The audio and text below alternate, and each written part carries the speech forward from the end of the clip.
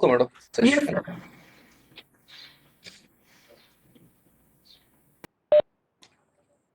Okay, चलो continue करते हैं। हम लोग मेजर रिसोर्सेज की बात कर रहे हैं, जिसमें हम लोग इलेक्ट्रॉनिक डेटाबेसेस सर्चिंग कैसे करते हैं वो जानने की कोशिश कर रहे हैं। और अभी जस्ट ब्रेक में जाने से पहले मैंने आपको गूगल स्कॉलर में सर्चिंग कैसे करते हैं वो बताया था।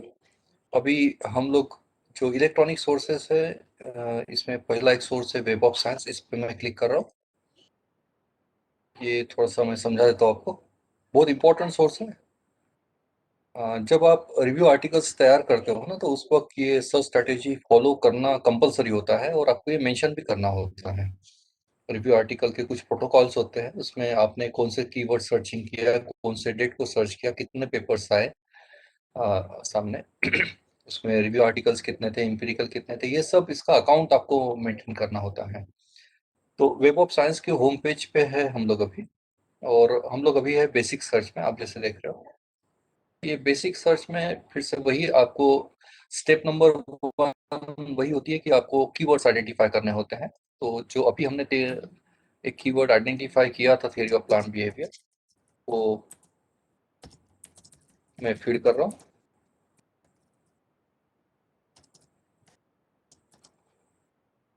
ओके। अभी यहाँ पे आप देखेंगे कि बिहेवियर का स्पेलिंग जो है BEHAVIOR, ये मेरे ख्याल से अमेरिकन इंग्लिश है। और ब्रिटिश इंग्लिश में VIOUR हो जाता है ये। करेक्ट। अभी ब्रिटिश और अमेरिका, अभी ये देखिए, जैसे ब्रिटिश मैंने फीड किया यहाँ पे, तो ये गलत दिखा रहा है, और ये है सही स्पेलिंग। जहाँ पे इस तरीके की शंका हो स्पेलिंग में कि कौन सा सही है, और आपको तो एक्चुअली दोनों चाहिए, कि जिसमें BEHAVIOUR भी आ जाए, ऐसे पेपर भी चलेंगे आपको, और OR लिख के आए ऐसे भी पेपर चाहिए आपको। तो इस वक्त जहां से वो स्पेलिंग को लेके कंफ्यूजन शुरू हो रहा है, जैसे BEHAVIO, वो URI है, वहां पे हम एक एस्टेरिक मार्क देते हैं। देखा मैंने यहाँ पे एस्टेरिक मार्क लगा दिया। एस्टेरिक मार्क ये कर, इसको वाइल्ड कैरेक्टर कहते हैं। ये वाइल्ड कैरेक्टर लगाने के बाद आपको इसके बाद जो भी स्पेलिंग है, वो OUR हो या फिर OR हो, ये दोनों आपको आर्टिकल्स मिल जाएंगे। तो ये भी एक वाइल्ड कैरेक्टर यूज, ये भी एक ट्रेनिंग का एरिया समझा रही है। उसके बाद यहाँ पे आप देखेंगे कि टॉपिक जो लिखा है यहाँ पे ड्रॉप डाउन, कि आप ये कीवर्ड कौन से सेंस में ढूंढ रहे हैं। टॉपिक का मतलब है, क्या आपको ये पर्टिकुलर कीवर्ड उस पर्टिकुलर रिसर्च आर्टिकल में कहीं पे भी आया तो भी चलेगा क्या, जिसको टॉपिक कहते हैं, या फिर ये कीवर्ड आपको उस पर्टिकुलर रिसर्च पेपर के टाइटल में ही चाहिए, या ऑथर के नाम में चाहिए, या पब्लिकेशन के नाम में चाहिए, वगैरह वगैरह। तो इसमें मुझे ये कीवर्ड वो रिसर्च पेपर के टाइटल में ही चाहिए, तो मैं यहाँ पे टाइटल सिलेक्ट कर रहा हूँ। बट अभी यहाँ पे मैं सर्च कर रहा हूँ।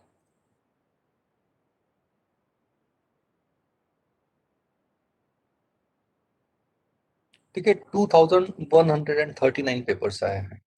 ये जो मैंने किया है इसको कहते हैं बेसिक सर्च, और मैंने सिर्फ एक कीवर्ड का सर्च किया है, तो WOS के डेटाबेस में 2139 पेपर्स दिख रहे हैं। ये हो गया बेसिक सर्च। इसमें थोड़ा सा और ब्राउजिंग करते हैं। जैसे इसी को मैं, ये हो गया बेसिक सिंगल कीवर्ड के साथ। अभी मैं इसको रिफाइन कर रहा हूँ। रिफाइन में क्या आता है, यहाँ पे आपको दिख रहा है ऐड रो।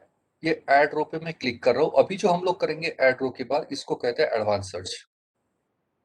यहाँ पे ड्रॉप डाउन दिख रहा है, ये है हमारे बुलियन कमांड्स, एंड, और नॉट, जो अभी मैडम मुझे पूछ रही थी ब्रेक से पहले।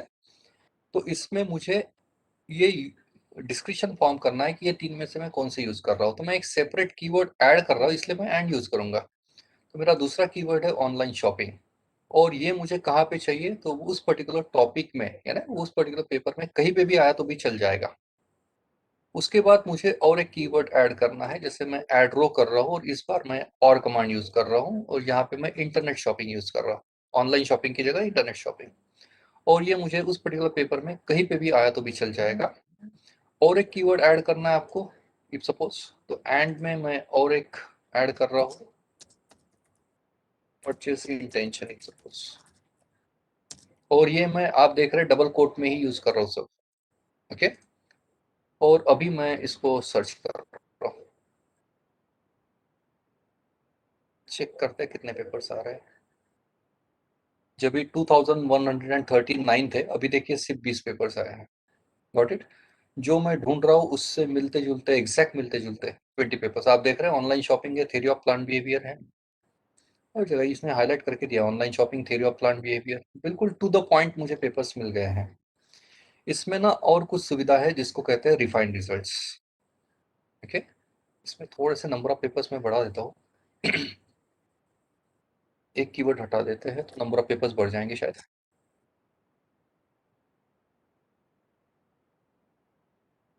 सो दैट मैं रिफाइंड रिजल्ट कैसे करते हैं और ज़्यादा बेहतरीन तरीके से बता पाऊंगा। 275 पेपर्स है अभी, 3 कीवर्ड्स के साथ। अभी इसको मैं रिफाइंड रिजल्ट्स कर रहा हूँ। रिफाइंड कौन से सेंस में कर सकते हैं, तो आप पब्लिकेशन ईयर वाइज कर सकते हैं, जिसमें आप यहाँ पे देख रहे हैं कि ये ईयर वाइज ब्रेकअप दिया है कि मैं जो ढूंढ रहा हूँ उसको लेके 2021 को लेके एक पेपर है, 2020 में 12 पेपर्स है, 19 के 7, 2018 के 13।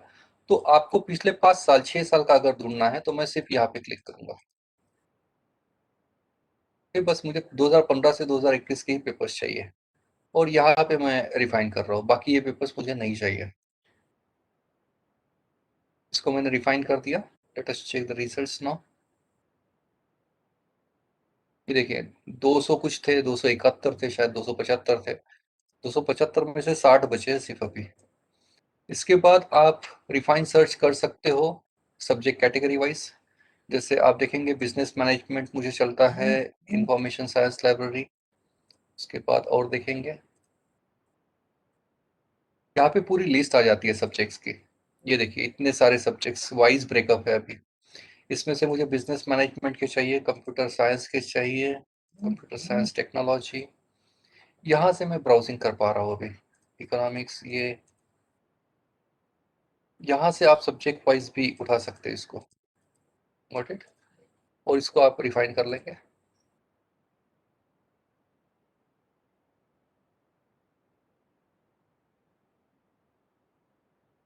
उसके बाद है रिफाइन सर्च में डॉक्यूमेंट टाइप, जो मैं बता रहा था मेजर सोर्सेस में। इसमें रिसर्च आर्टिकल्स कितने हैं, तो 31। कॉन्फ्रेंस प्रोसीडिंग के 2 पेपर्स दिख रहे हैं। बाद में ये सब मेरे काम के नहीं है, मैं फिर से इसको रिफाइन कर रहा हूँ। तो अभी मेरे पास 33 पेपर्स बचेंगे। 31 + 2 33। सो इस तरीके से हम लोग इसका ब्राउजिंग करते हैं, as you can see. But अभी सिर्फ 31 पेपर्स बचे हैं, एज यू कैन सी। इसमें अभी ये पेपर की लिस्ट तो आ गई है। अभी इसको आपको चेक करना है ये पेपर को, तो इसमें आपको एब्स्ट्रैक्ट मिल जाता है, जहाँ जैसे मैं यहाँ पे क्लिक कर रहा हूँ। ये देखिए इसका एब्स्ट्रैक्ट और बाकी बिब्लियोमेट्रिक डिटेल्स यहाँ पे आ गए हैं। सबसे इंपॉर्टेंट चीज डीओआई है यहाँ पे, यहाँ से आपको फुल लेंथ पेपर मिल जाएगा। एब्स्ट्रैक्ट है, कीवर्ड्स है, और बाकी ये बिब्लियोमेट्रिक डिटेल्स है, ये आ जाते हैं आपको। और ये जनरली हम लोगों को लगता है हमारा एलआर लिखने के लिए, एब्स्ट्रैक्ट पूरा। और फुल लेंथ पेपर के लिए आपको ये दूसरे किसी सर्च इंजन में ये सर्च करना होता है, फुल लेंथ पेपर पीडीएफ। यहाँ पे फाइंड पीडीएफ दिख रहा है आपको, यहाँ से भी आप कर सकते हो। इसके बाद ये आए हैं टोटल 31 पेपर्स। ये पूरा का पूरा आपको एक स्ट्रोक में पूरा डाउनलोड करना है ये इन्फॉर्मेशन। ठीक है, तो यहाँ पे आप क्रिएट साइटेशन रिपोर्ट दिख रहा है, यहाँ पे आप क्लिक कर लेंगे।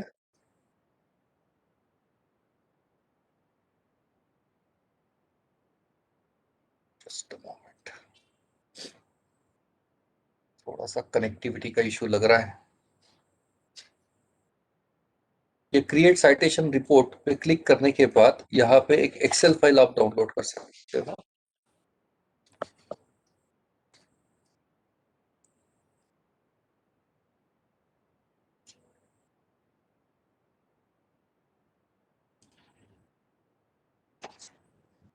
जस्ट ये देखिए यहाँ पे सेव टू एक्सेल फाइल दिख रहा है आपको। तो ये डायरेक्टली पीडीएफ आपकी एक्सेल फाइल में ये पूरे के पूरे 33 आर्टिकल्स जो है ये डाउनलोड हो जाएंगे एक्सेल फाइल में। Got it? आपने क्या सर्च किया उसकी सर्च हिस्ट्री यहाँ से ढूंढ सकते हो आप। तो ये बहुत ही काम का है ये। यहाँ से बिब्लियोमेट्रिक एनालिसिस भी कर सकते हो आप एनालाइज रिजल्ट से। तो ये सिर्फ 5 मिनट में समझाना थोड़ा सा मुश्किल काम है, पर ऐसे कुछ सुविधा है हमारे पास फ्री ऑफ कॉस्ट जो यूज करके आप डायरेक्टली पेपर्स तैयार कर सकते हो। आपका एलआर का जो चैप्टर है वो बहुत ही ज़्यादा मीनिंगफुली आप लिख सकते हो। और रिपोजिटरीज अगर आप यूज़ कर रहे हो तो क्वालिटी जो है वो बहुत ज़्यादा बढ़िया आ जाती है आपके रिसर्च थीसिस की भी। और रिव्यू पेपर लिखने के लिए ये सब तो करना मैंडेटरी है, इसके सिवा तो आप रिव्यू पेपर ही नहीं लिख सकते हो। तो ये WOS का मैंने एक सिंपल सा डेमोन्स्ट्रेशन दिया है। इसको सर्च कैसे करते हैं, यहाँ पे पूरी गाइडलाइन का मैनुअल भी एक यहाँ पे अवेलेबल है। मैं दिखा देता हूँ कहाँ पे ये, कि जो मैं आपको वाइल्ड कैरेक्टर बुलियन कमांड के बारे में बता रहा था कि कैसे यूज करना है उसको।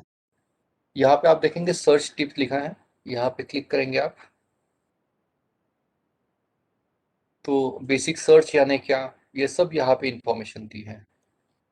ओके, कोर कलेक्शन हेल्प, यहाँ पे पूरी हेल्पलाइन है। जो भी आपके मन में क्वेश्चंस है उसके जवाब आपको यहाँ से मिल जाएंगे। ये जो सर्च फील्ड है उसका मतलब क्या है, टॉपिक यानी क्या, टाइटल यानी क्या, ऑथर यानी क्या, ये सब यहाँ पे आप आसानी से पढ़ सकते हो। उसके साथ साथ ये जो सर्च रूल दिख रहे हैं यहाँ पे क्लिक करेंगे आप तो वो बुलियन कमांड के बारे में वो सब आ जाएगा। कैपिटलाइजेशन कब यूज करना है नहीं करना है, सर्च ऑपरेटर जैसे मैं बता रहा था आपको, एंड और नॉट, जो तीन मुझे मालूम है। और मैडम पूछ रही थी कि और कौन से है, तो नियर, सेम, ये भी दो ऑपरेटर्स यहाँ पे दिए हुए हैं। तो इसका जनरली यूज नहीं होता है। आप कब ये यूज कर सकते हो, यहाँ पे ये पूरा दिया हुआ है कि एंड कब यूज करना है, नियर कब यूज करना है, सेम कब यूज करना है, और कब यूज करना है। कि ये वाइल्ड कार्ड के बारे में मैंने आपको बताया था। वाइल्ड कार्ड तीन प्रकार के हैं, एस्टेरिक्स मार्क, डॉलर और क्वेश्चन मार्क। सो इस तरीके से आप इसको यूज कर सकते हैं। एपोस्ट्रोफी आप कब यूज कर सकते हैं, पैरेंथेसिस कब यूज कर सकते हैं, हाइफन यूज कर सकते हैं क्या सर्च आपकी कीवर्ड में, ये सब इंफॉर्मेशन यहाँ पे दी हुई है। तो ये बहुत ही मीनिंगफुल सी एक्टिविटी है, पर थोड़ा टाइम कम है इसलिए मैं थोड़ा जल्दबाजी में बता रहा हूँ। पर अदरवाइज ये आप इसके यूट्यूब पे वीडियोस भी अवेलेबल है, वो भी ब्राउज कर सकते हो। पर मुझे तो लगता है ये आप करके देखिए तो ये हाथ बैठ जाता है। मैं अभी पिछले 2-3 सालों से ये यूज कर रहा हूँ, तो अभी मैं थोड़ा बहुत ज़्यादा कंफर्टेबल हूँ रादर इसको लेके। पर जब शुरुआत की थी तो आई वॉज टोटली क्लूलेस कि करना क्या है इसका। और मैं जैसे आपको समझा रहा हूँ, सब मुझे समझाने वाला कोई नहीं था, तो ये सब मैंने खुद जाके पढ़ा है, इसलिए मुझे इतना ये डिटेल में थोड़ा सा मालूम है। पर ये यूज करना चाहिए। पर आपने, आप अगर पीएचडी कर रहे हैं, आपके पास ये फ्री ऑफ कॉस्ट सब एक्सेस है, तो फिर आप प्लेन गूगल क्यों कर रहे हो, ये सब डेटाबेसेस आपने सर्च करने ही चाहिए। तो इसमें से WOS का मैंने बता दिया, और एक बता देता हूँ मैं, कोई कौन सा बताऊँ, एमराल्ड का बता देता हूँ।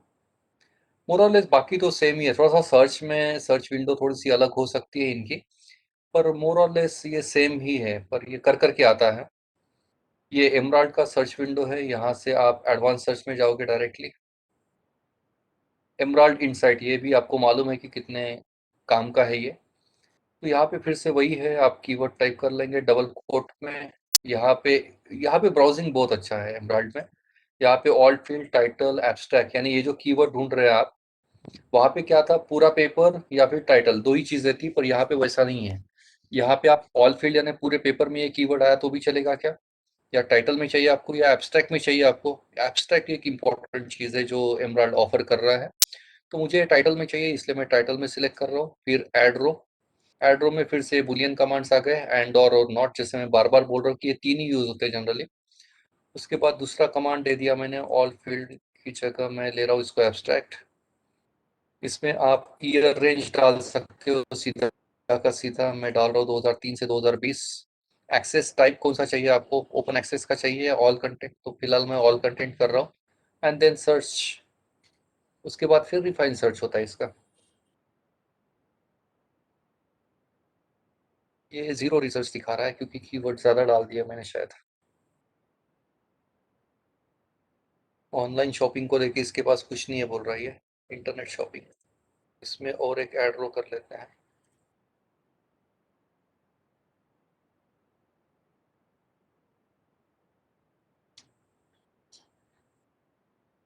चेक करते हैं क्या है इसके पास अभी।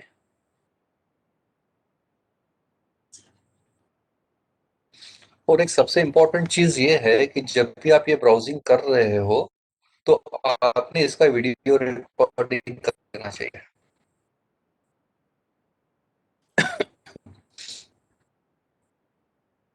क्योंकि ये आंकड़े जो बदल रहे हैं वो अपलोड हो तो ये आंकड़े बाद में चेंज हो जाते हैं, इसलिए आपने इसका वीडियो रिकॉर्डिंग करना चाहिए। विषय कितना आ रहा है पेपर्स तो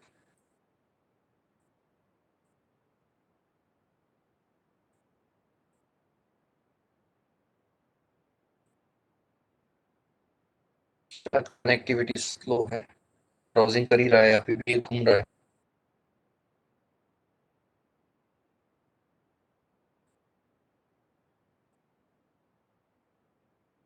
ओके ये आएगा तो उसके बाद फिर से वही subject wise browsing, article type wise browsing, year wise browsing, ये सब आप रिफाइन सर्च में कर सकते हो।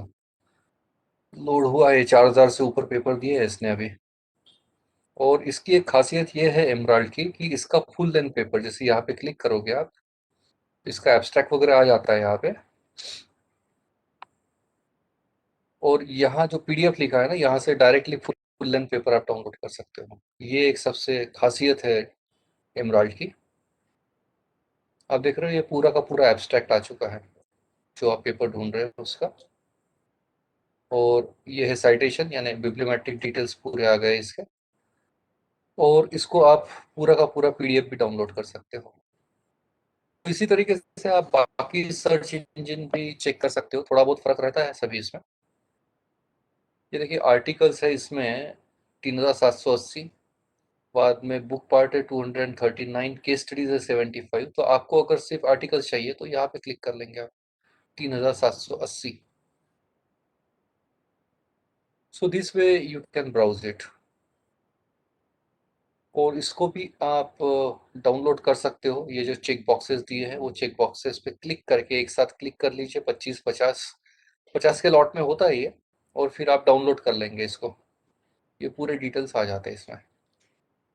ओके तो ब्राउजिंग का मैं यहीं पे रोक देता हूँ क्योंकि ये बहुत ही टाइम कंज्यूमिंग काम है, पर ये करते कैसे हैं वो मैंने आपको समझा दिया डेमोन्स्ट्रेशन के थ्रू। इसके ऊपर कुछ क्वेश्चंस होंगे तो ज़रूर पूछिए। फिर हम लोग पीपीटी को कंटिन्यू करते हैं और जो नेक्स्ट सेशन है क्वेश्चन डिजाइनिंग एंड शेड्यूल, उसके साथ कंटिन्यू करते हैं। कुछ क्वेश्चन है इसको लेके?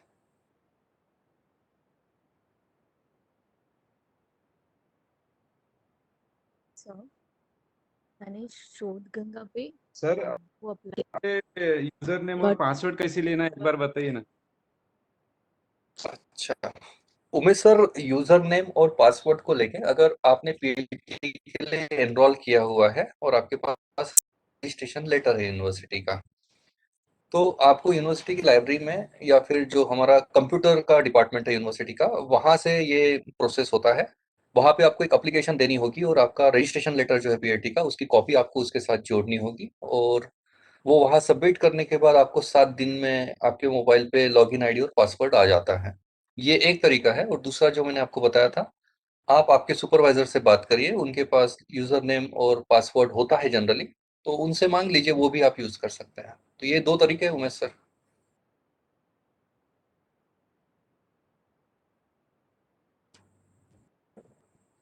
Umesh sir,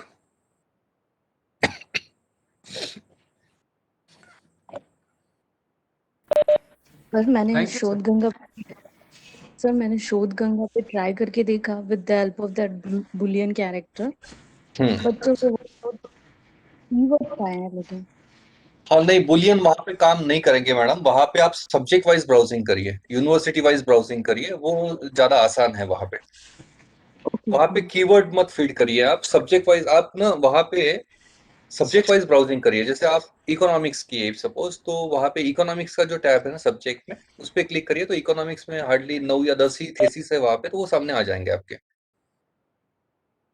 Boolean command use मत करिए वहां पे, कीवर्ड यूज मत करिए वहां पे। यूनिवर्सिटी वाइज ब्राउजिंग, या मुझे तो लगता है सबसे बेस्ट शोध गंगा में आप सब्जेक्ट वाइज ब्राउजिंग करेंगे तो ज्यादा बेटर है। Yes sir, I got it. Thank you. question is there? हाँ सर, पूछिए ना। Hello. Yeah. हाँ sir. Sir, when we write references, suppose if we have downloaded one of the articles from one of these sites, and if we are going to write the name of the author and the paper name, are we supposed to write from where we have downloaded this paper? Is it from Ebesco or Emera or something like that? ठीक है, मैं थोड़ा guide कर देता हूँ Girish sir. Yes. ये citations और references की बात हो रही है, मैं समझा देता हूँ थोड़ा सा। Yes. जैसे गिरीश सर ने अभी जो क्वेश्चन पूछा कि इन्होंने इफ सपोज WOS से कोई एक रिसर्च पेपर उनके काम का लगा उनको, और उनको उन्होंने PDF फॉर्म में डाउनलोड कर लिया, और ये PDF की इन्होंने एक समरी बना ली, और अभी इनको यहाँ पे साइटेशन देना है और नीचे आखिरी में रेफरेंसेस देने हैं। तो सर का सवाल है कि यहाँ पे टाइप क्या करना है। साइटेशन में दो चीजें आती है, एक होता है ऑथर नेम,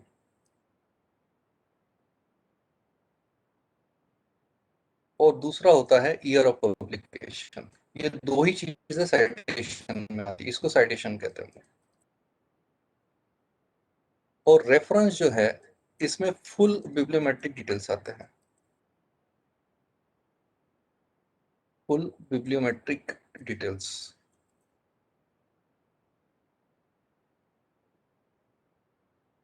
अभी फुल का मतलब क्या है? इसमें ऑब्वियसली रिसर्च पेपर जो आपने यूज किया है उसका टाइटल, उसके बाद ऑथर, ईयर ऑफ पब्लिकेशन, बाद में जर्नल नेम। यहाँ पे जर्नल नेम देना है, रिपोजिटरी का नाम नहीं देते हैं, यही शायद सवाल था गिरीश सर का। जर्नल नेम, उसके साथ इशू नंबर, जर्नल का इशू नंबर, वॉल्यूम नंबर, बाद में पेज नंबर्स, ये सब डिटेल्स आप दे सकते हो। और गिरीश सर, सबसे इम्पोर्टेंट चीज इसमें जो है, ये हमको टाइप करने की जरूरत नहीं होती है। अगर आप PDF डाउनलोड कर रहे हो, आपने ये इलेक्ट्रॉनिकली ही, देखिए साइटेशंस Yes. और रेफरेंसेस, साइटेशंस और रेफरेंसेस देने के दो तरीके हैं। एक होती है मैनुअल प्रैक्टिस, जो आप मुझे पूछ रहे थे, और दूसरा है इलेक्ट्रॉनिक। आज की डेट में it is not tolerated at all, you should not do this manually. ना ही साइटेशन जनरेट करने हैं और ना ही रेफरेंसेस जनरेट करने हैं, आपको इलेक्ट्रॉनिकली ही करना है। इलेक्ट्रॉनिकली चॉइसेस क्या है आपके पास? MS वर्ड में ये सुविधा है, free of cost. MS word में आप मेन्यू बार में जाएंगे तो वहां पे रेफरेंसेस का एक टैब होता है, वो यूज करके आप ये कर सकते हो। दूसरा, आपने जो करना चाहिए आज की डेट में, ये भी मैं रिकमेंड नहीं करता हूँ, दूसरा जो आपने करना है वो है मेंडेले। यानी पूरी की पूरी दुनिया ये यूज कर रही है मेंडेले, या फिर झोटेरो नाम से एक सॉफ्टवेयर आता है। तो चौथा जो मुझे मालूम है वो है पेपर फाइल, और इसमें से मेंडेले का सबसे ज्यादा रिकमेंडेशन है, मेंडेले या फिर जोटेरो। पर पूरी की पूरी दुनिया तो मेंडेले ही यूज कर रही है सर, कुछ लोग जोटेरो करते हैं, बाकी ये तो किसी को यूज करते हुए देखा नहीं मैंने। तो सर मेरे ख्याल से मैंने आपके सवाल का जवाब दे दिया है। तो हमको टाइप करने की जरूरत नहीं है। आप मेंडेले अगर यूज कर रहे हो तो आपको उसकी PDF डाउनलोड करनी है, मेंडेले की लाइब्रेरी में अपलोड कर लीजिए। बाकी सब काम तो मेंडेले ही Yes. करेगा सर, साइटेशन भी जनरेट करके देगा और रेफरेंसेस की लिस्ट भी बना के देगा। Sure, sir. Thank you, sir. इसके ऊपर थोड़ा ट्रेनिंग ले लेना चाहिए सर, ऐसा लगता है मुझे कि ये करना ही है आपको, इसके सिवा तो क्वालिटी रिफ्लेक्ट नहीं होगी ना। इसके क्या सर, छोटे छोटे ट्रेनिंग प्रोग्राम्स होते हैं 2-2 दिन के, फीस भी बहुत ज्यादा नहीं होती है, तो ये कर लेना चाहिए। Yes.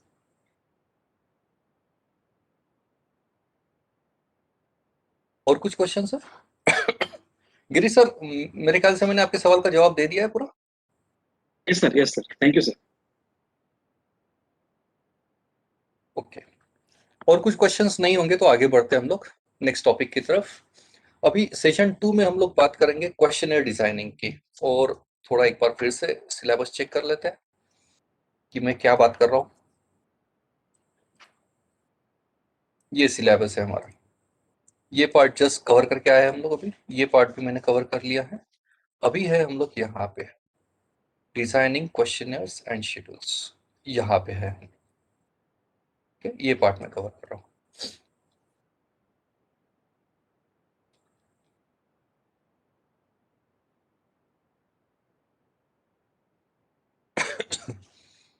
क्वेश्चनर और शेड्यूल ये दो डॉक्यूमेंट्स होते हैं जिसको रिसर्च इंस्ट्रूमेंट्स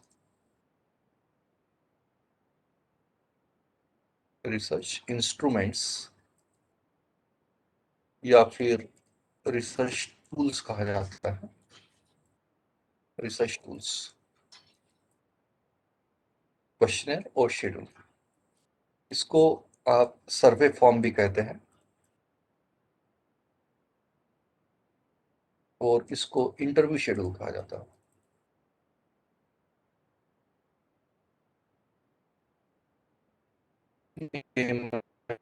समझा देता हूँ क्विकली। यहाँ जाने से पहले माइंड मैप क्लियर कर लेते हैं। देखिए जितने भी डिसिप्लिन, सब्जेक्ट डिसिप्लिन एक्सिस्ट करती है, सभी सब्जेक्ट्स में रिसर्च चलते रहता है और रिसर्च करने के तरीके शायद थोड़े अलग हो सकते हैं। ये 4 मेथड्स है जिससे रिसर्च करने के 4 तरीके आप बोल सकते हो। पहला तरीका है सर्वे। सर्वे कहाँ किया जाता है? सोशल साइंसेस, कॉमर्स, मैनेजमेंट और इंटरडिसिप्लिनरी के सब्जेक्ट। इंटरडिसिप्लिनरी में जहाँ तक मेरा नॉलेज है, hotel management, home science, architecture, food science, ये सब चीज़ें आती है। Even library science, physical education, इनको भी इंटरडिसिप्लिनरी में बहुत बार कंसिडर किया जाता है। सोशल साइंसेस में आपके economics, sociology, social work, education, उसके साथ साथ इकोनॉमिक्स, पब्लिक एडमिनिस्ट्रेशन, ये सब चीज़ें सोशल साइंसेस में आती है, पॉलिटिकल साइंस इवन। उसके साथ साथ कॉमर्स एक फील्ड है कि जहाँ पे सर्वे किए जाते हैं। बिजनेस मैनेजमेंट एक ऐसी फील्ड है कि जहाँ पे मार्केटिंग, फाइनेंस, एचआर, इसमें कुछ सर्वे किए जाते हैं। दूसरा एक तरीका होता है रिसर्च करने का जिसको कहते हैं एक्सपेरिमेंट बेस्ड, और ये साइंसेस, सभी प्रकार के science, material, physical, environmental, life sciences, technology, engineering and technology rather, medicine, ये सब में जनरली एक्सपेरिमेंटेशन किया जाता है। इवन फार्मेसी वगैरह, इसमें एक्सपेरिमेंटेशन बेस्ड रिसर्च होता है।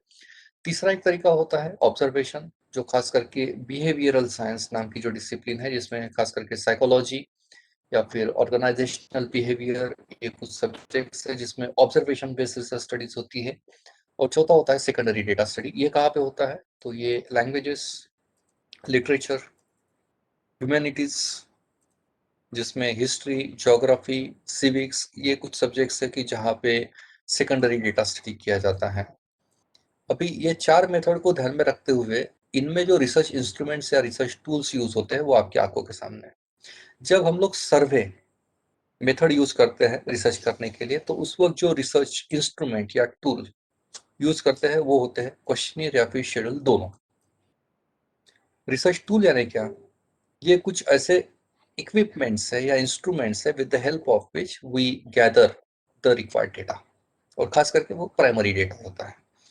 एक्सपेरिमेंट बेस्ड रिसर्च प्रोजेक्ट्स में इंस्ट्रूमेंट्स कौन से होते हैं? तो obviously instruments, machines, devices, gadgets, जो भी उपकरण आप यूज कर रहे हो लेबोरेटरी में या फील्ड पे, जो यूज करके आप डेटा कलेक्ट कर रहे हो, वही हमारे रिसर्च टूल्स या इंस्ट्रूमेंट्स होते हैं। ऑब्जर्वेशन बेस्ड स्टडी में इंस्ट्रूमेंट बन जाता है शेड्यूल, और सेकेंडरी डेटा स्टडी में इंस्ट्रूमेंट हो जाते हैं रिकॉर्ड्स, पास्ट रिकॉर्ड्स जिसको कहते हैं।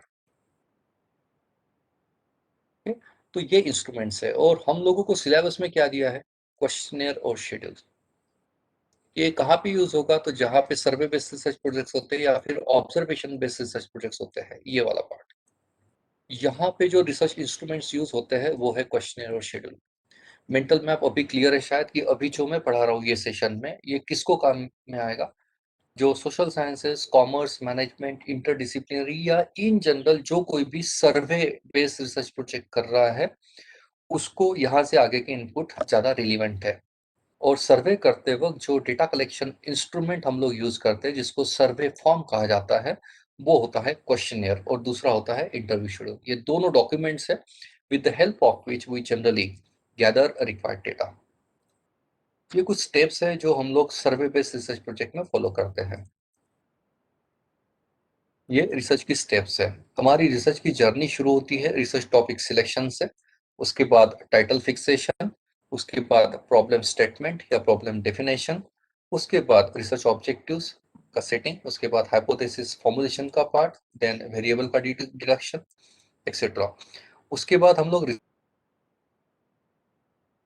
हैं और बात हो रही है सर्वे बेस्ड रिसर्च प्रोजेक्ट की। और सर्वे बेस्ड रिसर्च प्रोजेक्ट में रिसर्च डिजाइन के बाद जो डिसीजंस लेने होते हैं वो है क्वेश्चनर डिजाइनिंग, और उसके बाद होता है रिलायबिलिटी वैलिडिटी टेस्टिंग जो हम लोग कल करने वाले हैं।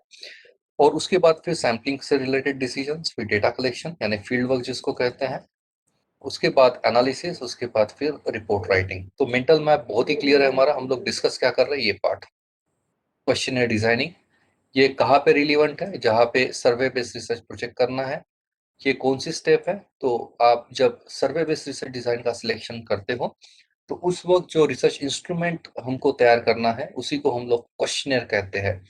और ये क्वेश्चनर कैसे तैयार करते हैं उसको लेके इनपुट्स की बात हो रही है। अभी बात करते हैं क्वेश्चनर यानी क्या। आपको मालूम ही है बेसिकली क्वेश्चनर यानी क्या, पर मुझे एक लॉजिकल फ्लो मेंटेन करना है इसलिए मैं मेरी भाषा में बता देता हूँ। क्वेश्चनर को लेके कीवर्ड मैं ऑलरेडी शेयर कर चुका हूँ आपके साथ। क्वेश्चनर, इसको सर्वे फॉर्म कहते हैं हम लोग, और ये हमारा रिसर्च टूल कहलाता है। और ये यूज करके हम लोग हमारा जो रिक्वायर्ड डेटा है वो डेटा हम लोग कलेक्ट करते हैं। बात हो रही है सर्वे की, क्योंकि सर्वे में आप सर्वे फॉर्म तैयार करते हो ना, सर्वे में सर्वे फॉर्म तैयार करोगे, और ये फॉर्म यानी ही क्वेश्चन है आपका।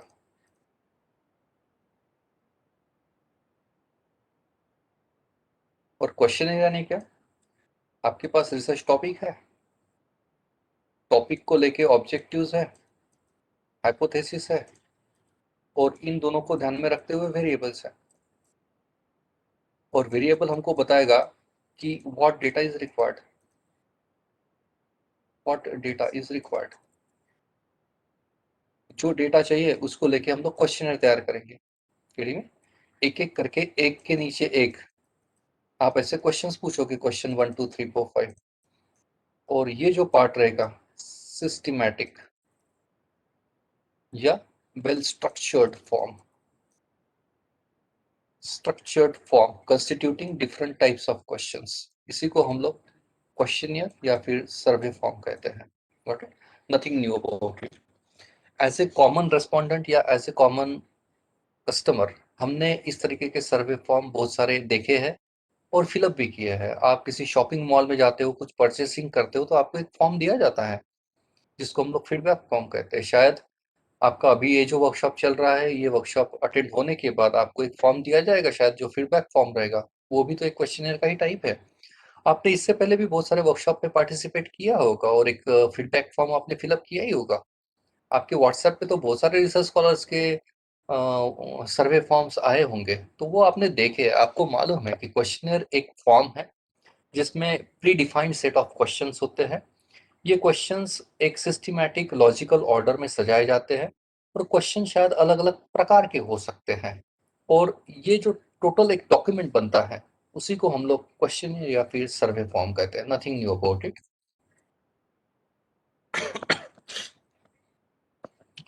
ये सर्वे फॉर्म जो है,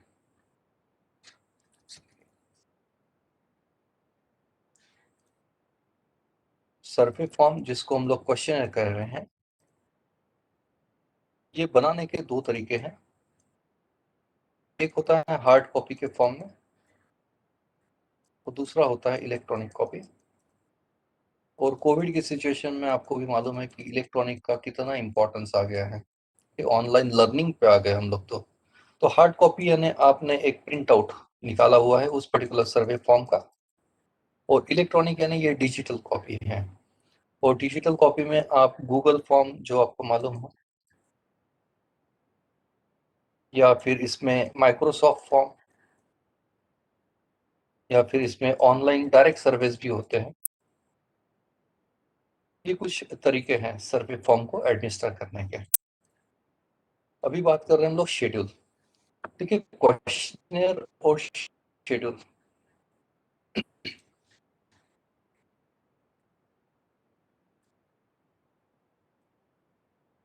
क्वेश्चनियर और शेड्यूल ये दोनों रिसर्च इंस्ट्रूमेंट्स ही है। इसमें कॉमन चीज अगर कुछ होगी तो ये दोनों रिसर्च टूल्स है या रिसर्च इंस्ट्रूमेंट्स है और ये यूज करके डेटा कलेक्ट किया जाता है। क्वेश्चनियर जो है ये इसमें क्वेश्चंस एक के नीचे एक प्रेजेंट किए जाते हैं। ओके, क्वेश्चन 1, क्वेश्चन 2 वगैरह वगैरह।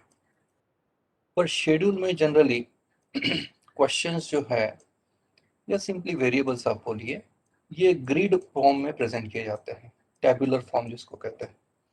क्वेश्चन जो है वो ग्रिड फॉर्म में जनरली प्रेजेंट किए जाते हैं। क्वेश्चनर जो है वो आप जब बनाते हो यहाँ पे रिसर्च स्कॉलर है, इसने क्वेश्चनर बनाया और यहाँ पे रेस्पोंडेंट है जो ये फॉर्म फिलअप करने वाला है। इनके बीच में दूरी होती है, ये आमने सामने नहीं है, ये आमने सामने नहीं है। रिसर्च स्कॉलर ने क्वेश्चनर बनाने के बाद ये इसको सेंड करना होता है और सेंड करने के तरीके क्या है, तो आप एक तो मेल कर सकते हैं रेस्पोंडेंट को, मेल यानी कुरियर वगैरह, या आप इसको ईमेल कर सकते हो, या आप आपका फॉर्म जो है व्हाट्सएप कर सकते हो इसको। यानी आप समहाउ आपका फॉर्म इसके तक पहुंचाने की कोशिश कर रहे हो। और शेड्यूल में ऐसा नहीं है, यहाँ पे फेस टू फेस इंटरेक्शन होता है, face to face interaction.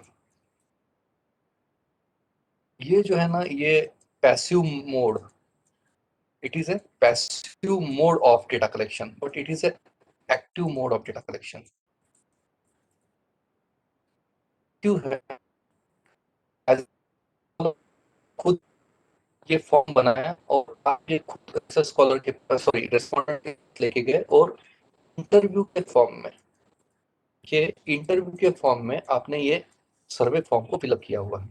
Interview के फॉर्म में यानी क्या, आपके पास जो सर्वे फॉर्म ये तैयार किया है आपने, ये आप रेस्पोंडेंट के हाथ में नहीं दे रहे हैं, ये आपका रेस्पोंडेंट है, इसके पास नहीं जा रहा है ये फॉर्म आपके हाथ में है। इसमें जो क्वेश्चंस लिखे हैं वो आप एक एक करके पढ़ रहे हैं, रेस्पोंडेंट वो सुन रहा है, समझ रहा है, जवाब दे रहा है और आप यहाँ खुद अपने हाथ से उसके रेस्पॉन्सेस रेकॉर्ड कर रहे हो, इसलिए इसको एक्टिव मोड कहते हैं।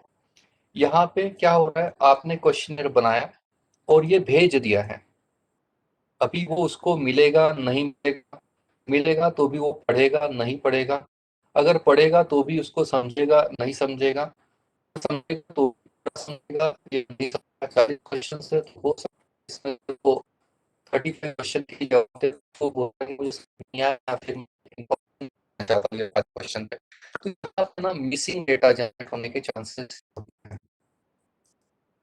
मिसिंग डेटा जनरेट होने के चांसेस ज्यादा होते हैं क्योंकि ये पैसिव मोड है।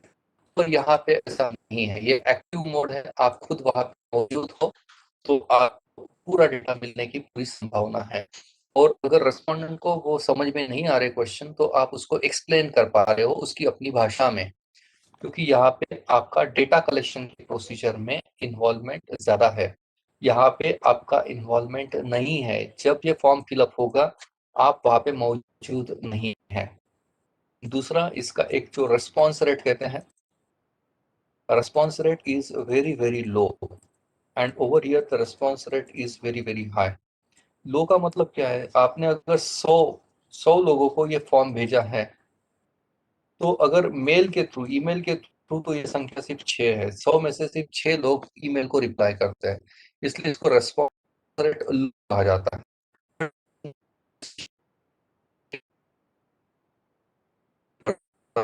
आप है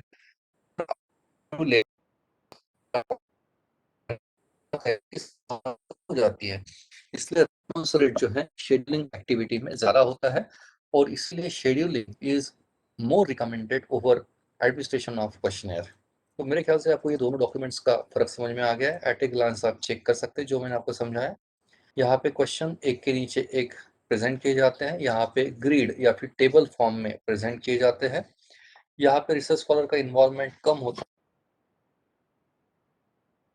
है। यहाँ पे डेटा जो है रिसर्च स्कॉलर के एब्सेंशिया में जनरेट होता है और यहाँ पे फेस टू फेस इंटरेक्शन में डेटा जो है वो जनरेट होता है।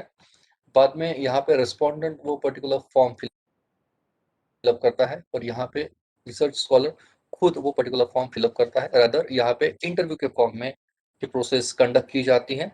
रेस्पॉन्स रेट यहाँ पे लो होता है, यहाँ पे हाई होता है। So this is the summary form of question and schedule.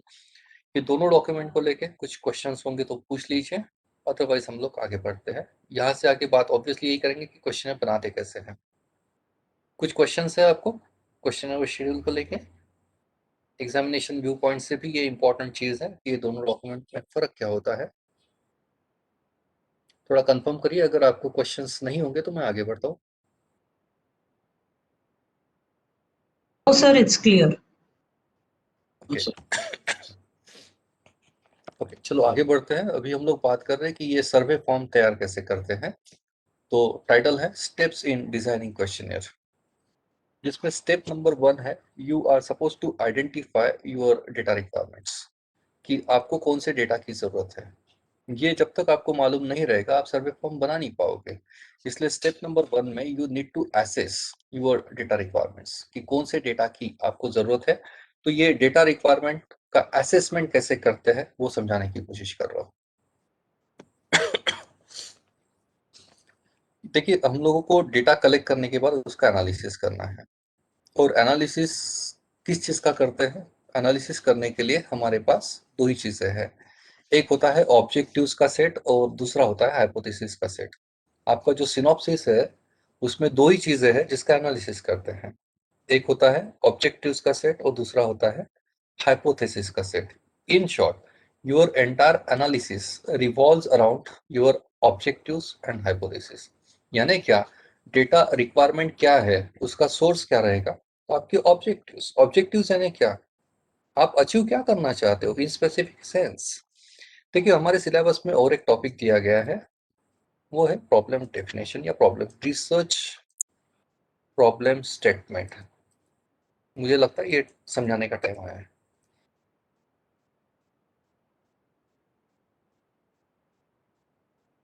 Okay, research problem statement, ये ना बेसिकली हमारा एक ब्रॉड टॉपिक जो होता है रिसर्च का, उसी को रिसर्च प्रॉब्लम स्टेटमेंट कहते हैं। Over here in broad sense we talk about what we wish to achieve. दूसरी एक चीज होती है research problem statement is nothing but the topic that you have chosen for the research study. In broad sense you are actually explaining your reader की what you wish to do while conducting your research study। देखिए, research एक हमारे पास title होता है। Title में topic और title में फर्क है। टॉपिक यानी आपका रिसर्च प्रॉब्लम स्टेटमेंट है। टाइटल जो है यहाँ पे वर्ड की लिमिट जनरली 12 से 18 वर्ड की लिमिट होती है। आपको आपका टाइटल 12 से 18 वर्ड में समेटना होता है। जब आप इस टाइटल को एलैबोरेट करने की कोशिश करते हो by using a particular single paragraph constituting about 2 to 3 sentences, इसी को हम लोग रिसर्च प्रॉब्लम स्टेटमेंट कहते हैं। यानी में रिसर्च प्रॉब्लम स्टेटमेंट लिखने के तुरंत बाद हम लोगों को लिखना होता है ऑब्जेक्टिव्स। देखिए, रिसर्च प्रॉब्लम स्टेटमेंट में हम लोग बताते हैं कि in broad sense what you wish to achieve, and objectives में हम स्पेसिफिक सेंस में बताते हैं। ये बताता है what you wish to do, और ये स्पेसिफिक सेंस में हम लोग यहाँ पे बात करते हैं व्हाट ऑल, कि हम लोग क्या क्या करना चाहते हैं, कौन से वेरिएबल्स के साथ हम लोग डील करना चाहते हैं। और इसके तुरंत बाद आता है हमारा हाइपोथेसिस स्टेटमेंट्स, और these are the assumptions। Hypothesis are the assumptions which we empirically test।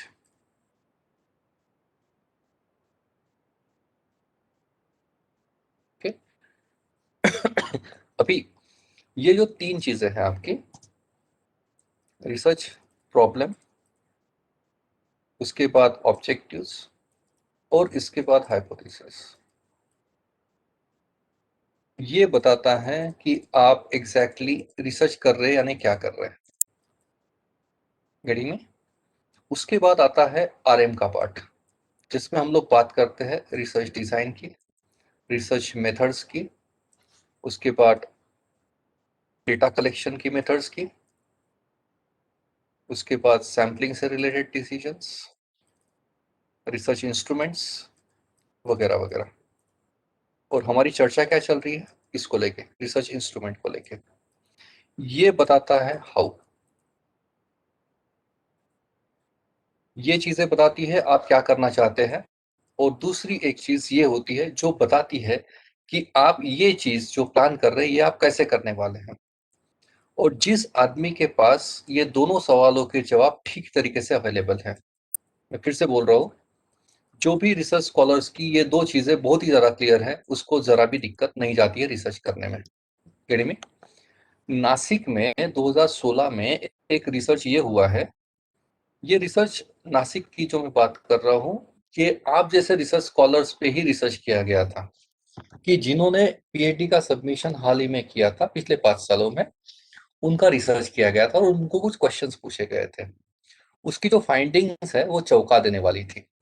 एक फाइंडिंग ऐसी सामने आई है कि 100 में से 67 research scholars they are not able to do their research in stipulated period of time. Stipulated period of time का मतलब है 5 साल। पीएचडी का एक सीमित समय, जनरली इंडिया की अगर बात करते हैं तो 5 साल का होता है।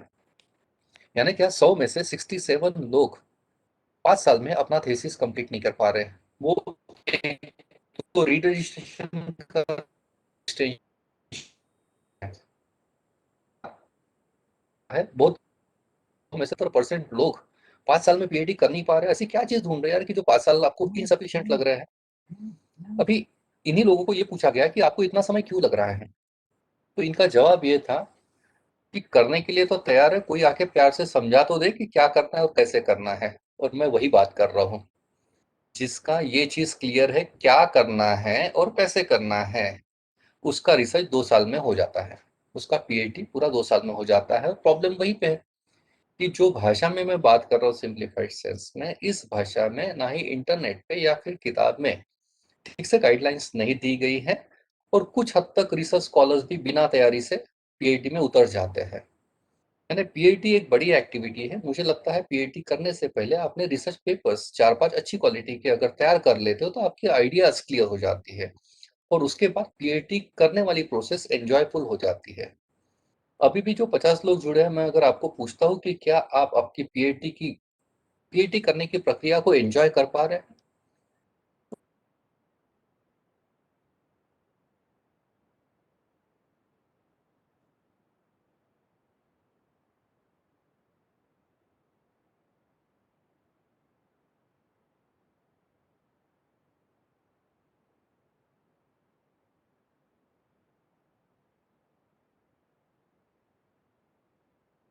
ये दो सवालों के जवाब ठीक से रिसर्च है। If your what is clear then how can be discussed. यानी मैं फिर से रिपीट कर रहा हूँ, ये मेरा खुद का कैप्शन है डॉक्टर आशीष लिंगे वाला।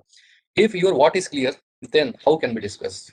और मैं अभी हाउ की बात कर रहा हूँ, पर क्या आपका व्हाट क्लियर है, क्या करना चाहते हो ये क्लियर है, तो ही मैं बता सकता हूँ आपको कि कैसे करना है। घर से निकलते वक्त अगर आप मुझे बताओगे कि सर बर्डी जाना है, तो मैं बताऊंगा कि कितने रास्ते हैं और कैसे जा सकते हो आप। और आपको यही मालूम नहीं है कि कहाँ जाना है, तो फिर मैं क्या गाइड करूँ आपको कि आप कौन से रास्ते से जाओगे, ये तो क्लूलेस है। तो वही चीज रिसर्च में भी लागू हो जाती है। चलिए आगे बढ़ते हैं। ये रिसर्च इंस्ट्रूमेंट को लेके, यानी क्वेश्चनर बनाते कैसे हैं, ये जानने से पहले आपको ये वर्कआउट करना होता है, जिसको व्हाट, और व्हाट है आपका डेटा रिक्वायरमेंट। आपको कौन से डेटा की जरूरत है, गेटिंग मी? और ये पता चलेगा आपको ये 3 सेट से। You just go through this image. As you can see, self-explanatory image is there. As you can see, this man has entangled himself. You know, इससे मैसेज ये है कि before you start anything learn how to finish it. और मैं वही कह रहा हूँ कि you just decide what you wish to achieve, then how can be discussed. देखिए एक जनरल सेंस में मेरा जो ऑब्जर्वेशन है उसमें ये देखा जाता है कि रिसर्च स्कॉलर डेटा कलेक्ट कर लेता है और फिर सोचता है कि मैं इसका एनालिसिस कैसे करूं। आप अपना खुद का भी एग्जाम्पल रिलेट करिए थोड़ा सा, कि बहुत सारे रिसर्च स्कॉलर डेटा कलेक्ट कर लेते हैं, सर्वे पूरा हो जाता है, या एक्सपेरिमेंटेशन से पूरा प्लान करके डेटा आ जाता है, फिर सोचते हैं कि यार ये डेटा का क्या करूं, यानी मैं कौन सी टेस्ट लगाऊं, कौन से ग्राफ बनाऊं, यानी इसको मैं ट्रीटमेंट कैसे दूं, कौन से सॉफ्टवेयर यूज करूं, ये पूछने वाले लोगों की संख्या कम नहीं है, क्योंकि मैं कंसल्टेंट भी हूँ। कोई ऐसा दिन नहीं आता है कि मेरे रिसर्च स्कॉलर्स के साथ इंटरेक्शन नहीं होता है, तो मैंने बहुत ही क्लोजली ये सब एक्सपीरियंस किया है। तो डेटा कलेक्शन के करने के बाद जब एनालिसिस के लिए मुझे पूछा जाता है कि सर कौन सी टेस्ट लगाओ, तो मेरा बहुत बार जवाब ये होता है कि बेटा तूने जो डेटा कलेक्ट किया हुआ है वो, और तेरे ऑब्जेक्टिव हाइपोथेसिस में जो लिखा है वो, ये दोनों में मिसमैच है। आपको जो करना था उससे रिलेटेड डेटा नहीं है, और जो डेटा आपके पास है वो आपको एक्चुअली जरूरत नहीं थी। ये गलतियां होती हैं। इसीलिए इसीलिए at the outset you need to, means आपको ये प्रोसेस जो है ये रिवर्स करनी है। आपको पहले ये डिसाइड कर लीजिए कि एनालिसिस क्या करना है, उसके बाद आप डेटा कलेक्ट करिए। एनालिसिस जैसे मैं बता रहा हूँ कि एनालिसिस करने के लिए, एनालिसिस किसका करते हैं हम लोग, एनालिसिस हम लोग करते हैं ऑब्जेक्टिव्स और हाइपोथेसिस का। ये दो ही सेट है हमारे पास। इस तरफ है हमारे रिसर्च ऑब्जेक्टिव्स 1 2 3 4, और जहां तक मेरा अंडरस्टैंडिंग है नागपुर यूनिवर्सिटी में average number of objectives are 9 to 15।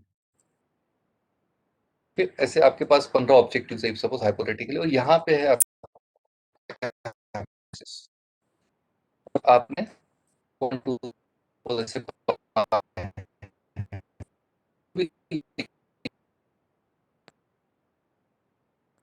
Analysis करते वक्त ऑब्जेक्टिव्स को सेटिस्फाई करते हैं, और एनालिसिस करते वक्त हाइपोथेसिस को टेस्ट करते हैं, जिसको हाइपोथेसिस टेस्टिंग कहते हैं।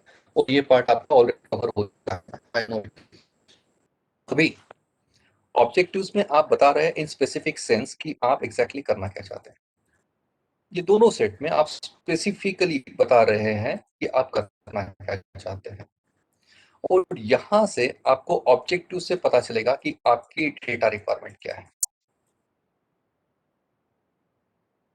अगर आपको ये मालूम है कि ऑब्जेक्टिव नंबर 1 आपने जो भी लिखा है उसका करना क्या है, कौन सा टूल, स्टैटिस्टिकल टूल की बात कर रहा हूं मैं, कौन सा टूल इसके लिए आप यूज कर रहे हो, ये सब ऑब्जेक्टिव्स को आप सेटिस्फाई कैसे करने वाले हो, और इस तरफ जो हाइपोथेसिस है इसको कौन सी टेस्ट लगाने वाली हो, कौन से टेस्ट आप लगाने वाले हो, इसका आंसर अगर आपके पास है और ये टेस्ट अगर आपको आती है, तो आपका क्वेश्चन हंसते खेलते तैयार हो जाएगा घड़ी में।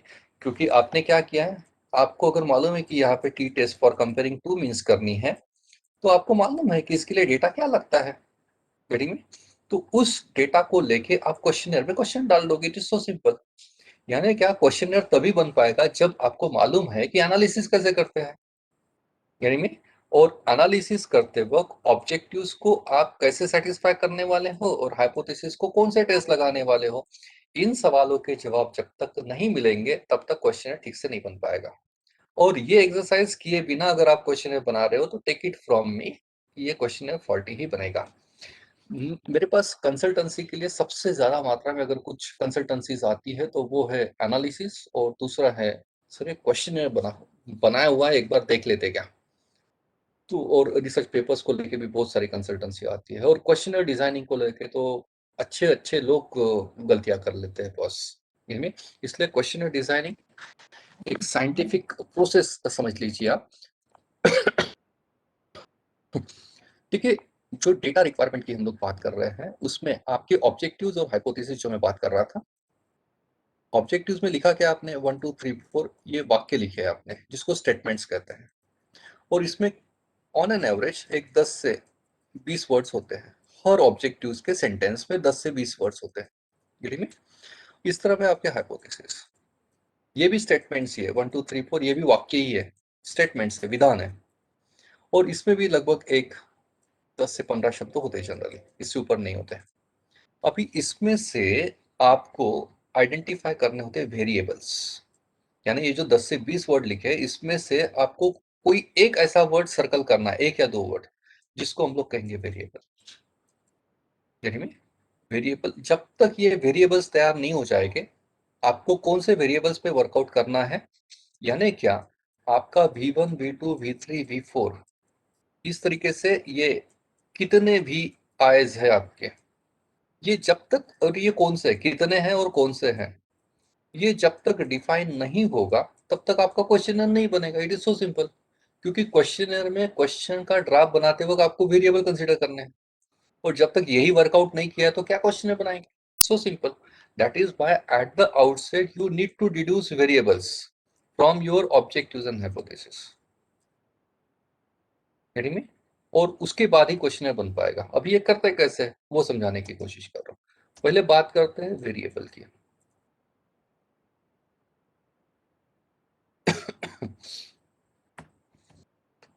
ये वर्ड तो आपने सुना होगा। वेरिएबल वर्ड का मतलब समझा रहा हूं। वेरिएबल ये वर्ड जो बना है ये वेरी से बना है। वेरी से वेरिएबल, और वेरी का मतलब होता है changing. Very means one particular characteristic which is changing. Variable की अगर सिंपल डेफिनेशन जाननी है तो वेरिएबल इज ए कैरेक्टरिस्टिक और phenomenon which is changing with a given context. किसी कॉन्टेक्स्ट के साथ जो चीज बदलती है उसको वेरिएबल कहते हैं। इसके कुछ एग्जांपल्स देखते हैं। With the given context, this is the most important keywords over here. अभी वेरिएबल के कुछ एग्जांपल्स दे रहा हूँ। जैसे मैंने आपको बताया variable is a characteristic which is changing with a given context, और कॉन्टेक्स्ट में दे रहा हूँ इंडिविजुअल। इंडिविजुअल इंडिविजुअल मीन्स एक पर्सन। इंडिविजुअल इंडिविजुअल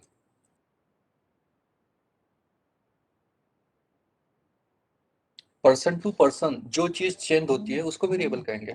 कुछ एग्जांपल्स की बात करते हैं। जैसे मेरे साथ अभी 50 लोग जुड़े हुए हैं और मैं आपको पूछ रहा हूँ कि आपकी हाइट कितनी है। एक एक करके मैं पूछ रहा हूँ आपको कि आपकी हाइट क्या है। तो मेरे पास जो डेटा आएगा अप टू 50। रेस्पोंडेंट नंबर 1 उसकी हाइट यहाँ पे रेस्पोंडेंट नंबर है और यहाँ पे है हाइट। रेस्पोंडेंट नंबर 1 ने मुझे कुछ जवाब दिया, सपोज 5.4। दूसरे ने मुझे जवाब दिया सपोज 4.9। तीसरे ने सपोज मुझे जवाब दिया कि 6.1। लाइकवाइज। तो हाइट जो है ये मुझे रेस्पॉन्स हर बार अलग अलग मिल रहा है, और इंडिविजुअल टू ये रेस्पॉन्सेस वैरी हो रहे हैं। इसलिए मैं हाइट को उसी तरीके से मैं आप सब पूछ, तो ये रेस्पॉन्सेस शायद अलग होंगे। कोई 39 बोलेगा, कोई 47 बोलेगा, कोई 64 बोलेगा। लाइकवाइज मैंने वेट ये क्यों हो गया? क्योंकि ये person to person individual to individual change हो रहा है। मैं अगर आपको पूछता हूँ कि आपकी मंथली इनकम कितनी है, तो शायद पूरे 50 लोगों का जवाब मुझे अलग अलग आ जाए। तो इनकम हम वेरिएबल कहेंगे। तो variable is a characteristic which is changing individual to individual. दूसरा, variable is a characteristic which is changing place to place. Place to place मेरे पास प्लेस में सपोज अमरावती, नागपुर, अकोला, वर्धा और गोंदिया, ये 5 सिटीज है मेरे पास। और यहाँ पे मैं चेक कर रहा हूँ number of active covid patients at this moment. Number of active covid patients इन नागपुर, अमरावती, अकोला, वर्धा। तो मेरे पास यहाँ पे ये जो फिगर्स है ये शायद अलग अलग हो। यानी क्या? Number of active covid patients becomes my variable and it is with reference to the place. City to city जो चेंज हो रहा है, वैसे जैसे मैंने नंबर ऑफ कोविड पेशेंट्स की बात की वैसे मैं पॉपुलेशन की बात करता हूँ। तो पॉपुलेशन सिटी की अभी इस मोमेंट पे शायद ये 500 सिटीज की अलग अलग हो सकती है। तो population becomes my variable with the context of place. Place to place जो चेंज हो रहा है उसको वेरिएबल कहेंगे। तीसरा एक कॉन्टेक्स्ट हम लोग कंसिडर करते हैं टाइम। टाइम टू टाइम जो चेंज होता है उसको हम लोग वेरिएबल कहते हैं। जैसे प्लेस मैंने कंसिडर की है नागपुर, ओके। और अभी मैं number of Covid patients, okay, पिछले मार्च 2020 से अप्रैल, मई, इस तरीके से। और लास्ट फिगर है यहाँ पे मेरा मार्च 2021। इस पर्टिकुलर मंथ में नंबर ऑफ कोविड पेशेंट्स कितने थे नागपुर में, ये फिगर्स आएंगे। तो हर महीने का ये फिगर शायद कुछ अलग होगा। So number of COVID patients may be different. It is a variable because it is with reference to time this time. Anyway, उसी तरीके से आप शेयर मार्केट के जो फिगर है वो रोज चेंज होते हैं to day basis, to day तो आपका सेंसेक्स के ओपनिंग क्लोजिंग के figures this as your what we can say variables, monsoon के फिगर्स, बाद में क्रॉप यील्ड के फिगर्स, ये सब चेंज होते हैं time to time. So variable means अभी आपके रिसर्च ट्री के नेचर को ध्यान में रखते हुए आप कॉन्टेक्स्ट देखना है कि आपने कॉन्टेक्स्ट क्या लिया है, क्या है वो इंडिविजुअल टू इंडिविजुअल है, प्लेस टू प्लेस है, टाइम टू टाइम है, या फिर कंपनी टू कंपनी है, ऑर्गेनाइजेशन टू ऑर्गेनाइजेशन है वगैरह। कोई तो भी कॉन्टेक्स्ट आपको आइडेंटिफाई करना होगा after taking into consideration your nature of the study, and then you need to identify your variables and you need to enlist those particular variables V1 V2 V3। इस तरीके से आपको लिस्ट बनानी है कि व्हाट ऑल वेरिएबल्स, और ये list आएगी कहाँ से, आप ऑब्जेक्टिव चेक करिए, ऑब्जेक्टिव 1 2 3 4 5, यहाँ पे चेक करिए कि इसमें कौन सा वर्ड वेरिएबल है, इसमें कौन सा वेरिएबल। जैसे ऑब्जेक्टिव नंबर 1 रियल लाइफ की अगर बात करते हैं, to study demographic and economic characteristics of respondents, ये जनरली होता है ऑफ रेस्पोंडेंट्स। तो इस पूरे वाक्य में वेरिएबल क्या है, डेमोग्राफिक एंड इकोनॉमिक कैरेक्टरिस्टिक। अभी डेमोग्राफिक और इकोनॉमिक यानी क्या, तो आपको डिफाइन करना होगा। डेमोग्राफिक में आप जेंडर वाइज डेटा लेने वाले हैं, age wise, education wise, income wise, marital status wise, urban rural wise वगैरह। आपने इकोनॉमिक कैरेक्टरिस्टिक्स बोला है, इसका मतलब क्या है, इकोनॉमिक में ग्रॉस इनकम, टैक्स कितना पे कर रहा है वो, सेविंग्स कितनी है वगैरह वगैरह। आपको ये ऑपरेशनलाइज करना होगा ये चीजें, और इससे रिलेटेड फिर क्वेश्चंस आप क्वेश्चनर में बनाओगे। Objective number 2 is suppose to compute average income of farmers, if farmers से रिलेटेड है, ऑफ फार्मर्स, ये ऑब्जेक्टिव है। तो आपको भी मालूम है ये पूरे ऑब्जेक्टिव में, ये पूरे सेंटेंस में एवरेज इनकम ये आपका वेरिएबल हो गया।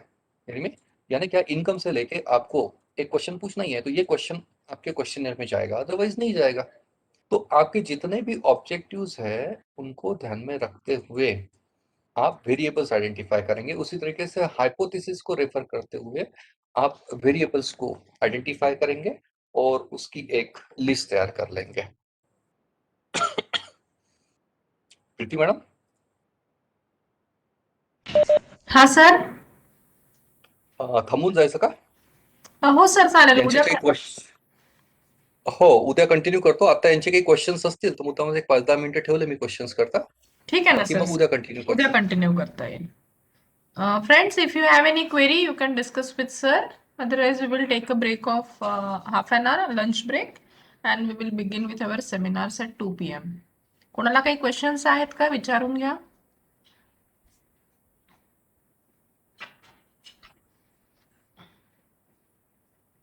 Ashish sir, Priyanka Sada here. Sir, am I audible? Yes ma'am. Yes. Sir, you Yes have ma'am, I explained can the hear two you. types. Yeah, sir, you have explained the two types of data, that is primary and secondary. So it's a request, can you please describe in short the other forms of data, that is nominal, ordinal and all? Okay okay, मुझे लगा कि आपके शायद discussions हुए हैं तो वो duplication avoid करने के लिए, ठीक है मैं बता देता हूँ आपको। पूरा ही कॉन्फ़िगरेशन चाहिए, सिर्फ नॉमिनल ऑर्डिनल इंटरवल रेशियो सिर्फ इतना ही जानना है आपको, पहले वो बता देता हूँ मैं सर आपको। बस इतना ही जो आपके स्क्रीनशॉट में दिखाया, आपके स्क्रीन पे शेयर हुआ था सर वो ठीक ठीक ठीक है, मैं बता देता हूँ चारों। देखिए अलग अलग टाइप के डेटा होते हैं, जैसे मैंने क्वालिटेटिव क्वांटिटेटिव की भी बात की, डिस्क्रीट कंटिन्यूअस की भी बात की, और नॉमिनल ऑर्डिनल इंटरवल रेशियो, और उसके साथ साथ फिर प्राइमरी सेकेंडरी। तो आपका जो क्वेश्चन है स्पेसिफिक सेंस में नॉमिनल ऑर्डिनल इंटरवल रेशियो, उसको लेके मैं गाइड कर रहा हूँ। पहले होता है नॉमिनल डेटा, इसको ना लेवल्स ऑफ डेटा कहते हैं एक्चुअली, नॉमिनल डेटा। और ये there are 4 levels of data,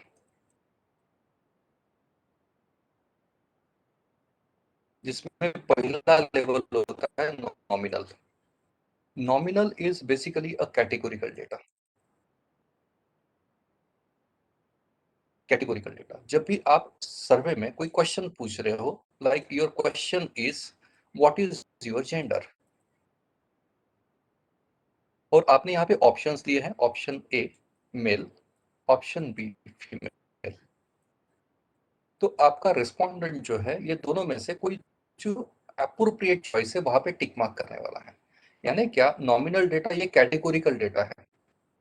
gender is a variable and gender is a categorical variable, because under this you have categorized this particular variable into 2. There may be third one like other, okay, and you are asking your respondent to tick mark the appropriate choice. Such kind of data is called as categorical data, and this data is also called as counted data. Counted, what does this mean? Counted means आपने सर्वे करना है 1000 लोगों का, तो 1000 में से ए वाले कितने, बी वाले कितने और सी वाले कितने, इसका ब्रेकअप आप लेंगे कि ए यानी मेल है, मेल कितने हैं 1000 में, फीमेल कितने और अदर कितने, ये टोटल ब्रेकअप आप लेंगे। तो यहाँ पे मेल का काउंट आएगा, फीमेल का काउंट आएगा और अदर का काउंट आएगा। इस पर्टिकुलर डेटा को नॉमिनल डेटा कहा जाता है। ये दोनों में, सर्वे में और आपके एक्सपेरिमेंटेशन में यूज होता है, क्योंकि ये कैटेगोरिकल डेटा होता है। जैसे आप रैट का कोई एक्सपेरिमेंटेशन प्लान कर रहे हो, डिसेक्शन प्लान कर रहे हो, तो रैट की स्पेसीज, स्पेसीज 1, 2 और 3, इसके जो भी नाम होंगे, this will be the categories of species.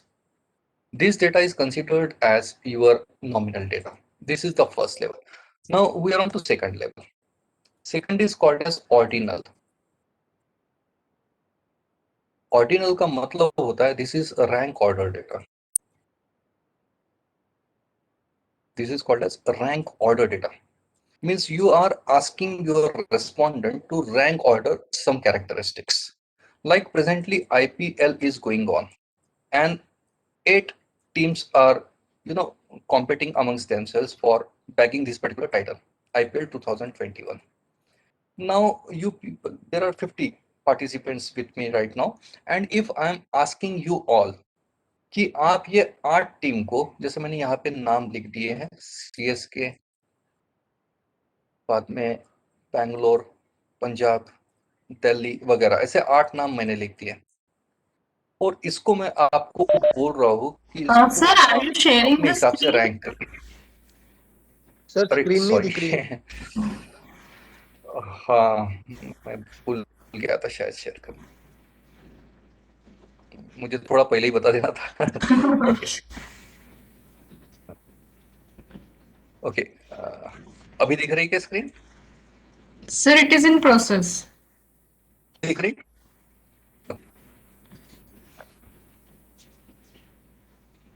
Yes sir. Yes, sir, it is related terms.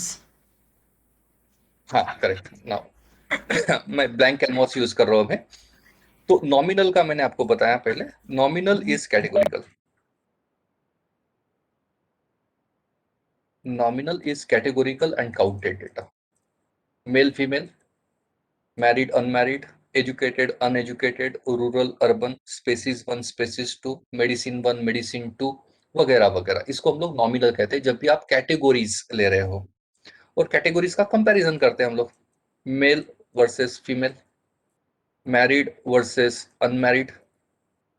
ये कंपैरिजन पर्पस के लिए जो वेरिएबल का टाइटल होता है, जिसके अंदर कुछ कैटेगरीज होती है, ये जेंडर इज ए वेरिएबल, और इसके अंदर जो कॉन्फ़िगरेशन होता है जिसको कैटेगरीज कहा जाता है, ये कैटेगरीज को लेके जो कैटेगरी 1, कैटेगरी 2, इस प्रकार से अगर आपके पास कॉन्फ़िगरेशन है तो उसको हम लोग नॉमिनल कहते हैं।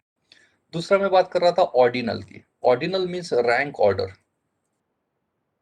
और इस सेंस में मैं आईपीएल की टीम का एग्जांपल दे रहा था कि आप 50 लोग हैं और मैंने यहाँ पे टीम नंबर 1, 2, 3 जो सीएसके वगैरह है, ये 8 टीम के नाम लिख दिए, और मैं आपको बोल रहा हूँ कि इस पर्टिकुलर, जैसे सीएसके है यहाँ पे, बाद में किंग्स 11 पंजाब, उसके बाद है बैंगलोर, बाद में दिल्ली कैपिटल वगैरह वगैरह, ऐसे 8 टीम्स है। और मैं आपको बोल रहा हूँ कि आप आपकी फेवरेट टीम का क्रम लगाइए। तो मैं बोल रहा हूँ suppose Bangalore is my number 1 team, CSK is number 2, Punjab is 3 and Delhi is 4, likewise.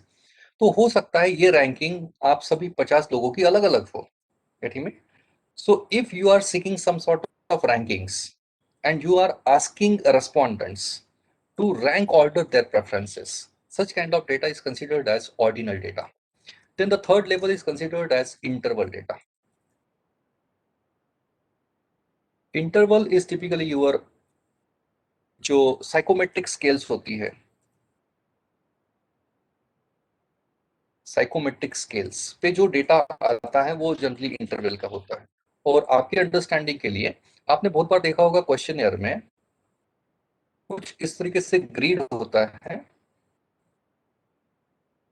यहाँ पे स्टेटमेंट्स दिए जाते हैं, स्टेटमेंट यानी वाक्य, और इस तरफ आपको कुछ ऑप्शंस दिए जाते हैं, strongly disagree, disagree, neutral, agree और स्ट्रांगली एग्री,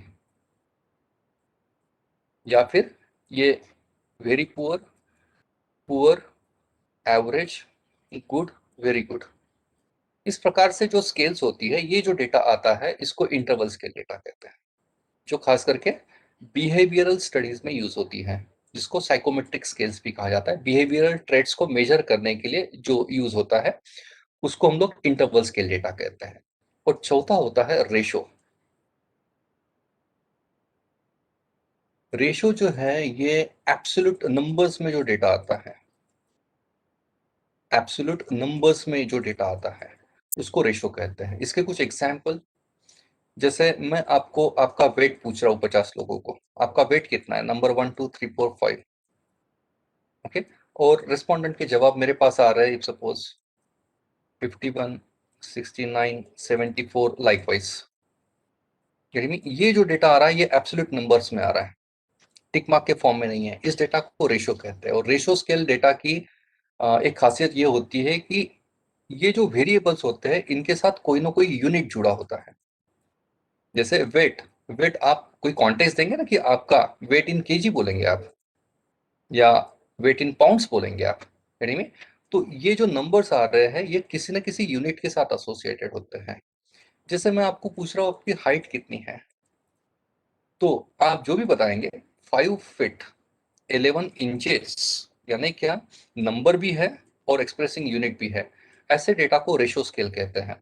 रेशो स्केल का data science, technology, engineering, medicine, life sciences इसमें ज्यादा यूज होता है। बाद में लीकर्ट स्केल का डेटा जो है, लीकर्ट स्केल कब यूज करते हैं, जब आप कोई कंस्ट्रक्ट्स, ये मैं कल बताऊंगा आपको कंस्ट्रक्ट्स क्या होते हैं, कंस्ट्रक्ट्स को मेजर करते हैं। जैसे इफ सपोज मुझे ये जो 50 पार्टिसिपेंट जुड़े हैं, मुझे आपका स्ट्रेस लेवल चेक करना है कि आप कितने स्ट्रेस्ड है इस मोमेंट पे। तो इसके लिए मैंने फिर से एक लीकर्ट स्केल बना ली, इसको लेके स्ट्रेस को लेके मैंने सेंटेंसेस बना दिए यहाँ पे, स्टेटमेंट्स, और यहाँ पे मैं स्ट्रांगली एग्री डिसएग्री फॉर्म में आपके टिक मार्क्स ले रहा हूँ। यहाँ पे इवेंचुअली जो नीचे आता है कंप्यूट होके, इसको कहते हैं स्कोर, इसको लिकर्ट स्कोर कहते हैं। और ये लिकर्ट स्कोर जो है इसका कोई यूनिट नहीं होता है, दे आर यूनिटलेस स्कोर्स, इसलिए इस डेटा को इंटरवल डेटा कहते हैं। इंटरवल क्यों कहते हैं, क्योंकि यहाँ पे strongly disagree, disagree, neutral, agree और स्ट्रांगली एग्री, इसको इंटरवल इसलिए कहते हैं क्योंकि स्ट्रांगली डिसएग्री और डिसएग्री के बीच में जो डिस्टेंस है और डिसएग्री और न्यूट्रल के बीच में जो डिस्टेंस है ये इक्वल माना जाता है, इसलिए इसको इक्वल इंटरवल डेटा कहते हैं, interval data. Got it? So this is my brief explanation, otherwise मेरा पूरा 3 घंटे का सेशन होता है इसके ऊपर, the levels of data and how to measure different types of data. इसका कुछ मैं जस्ट एक थोड़ा सा ग्लिम्स या ट्रेलर मैंने जस्ट दिखाया आपको, पर ये अंडरस्टैंडिंग होना मुझे लगता है जरूरी है, इसके सिवा रिसर्च नहीं किया जा सकता है। Madam? Thank you, sir. Got it. Got it.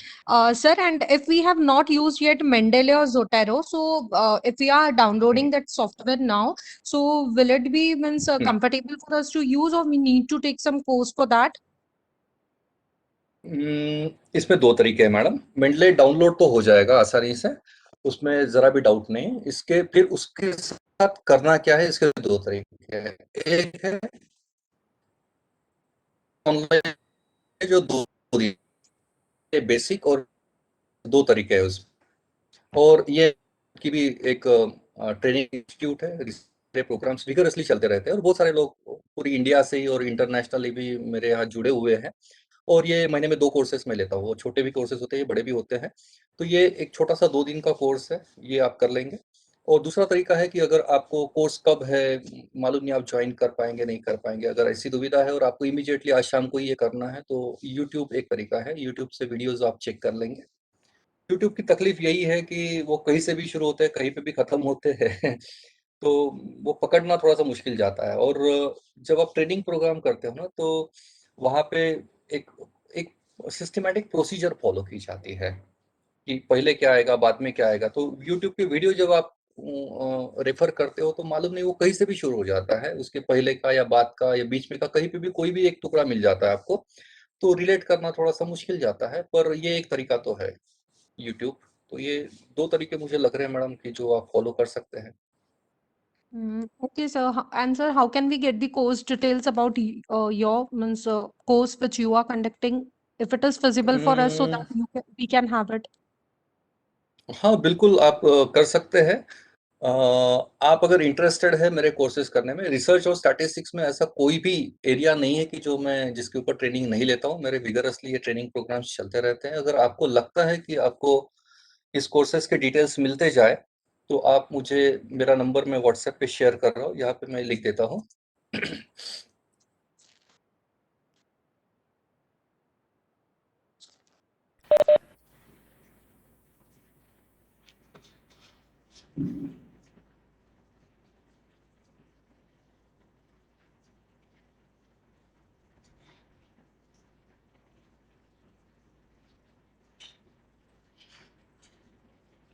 9890131596 this is my WhatsApp number.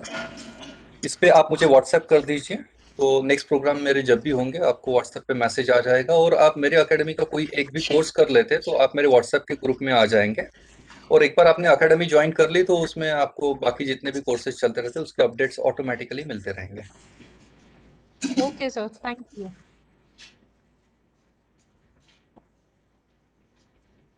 और कुछ क्वेश्चंस हैं आपके?